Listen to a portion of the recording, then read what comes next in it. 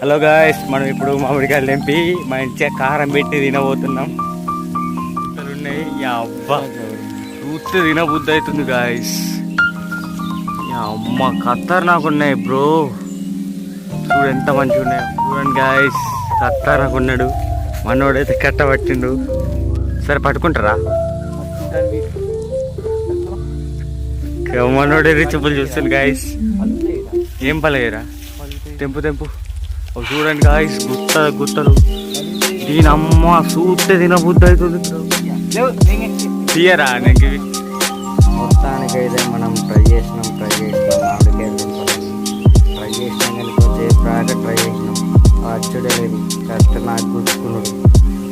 Try చేసి తెంపినాం.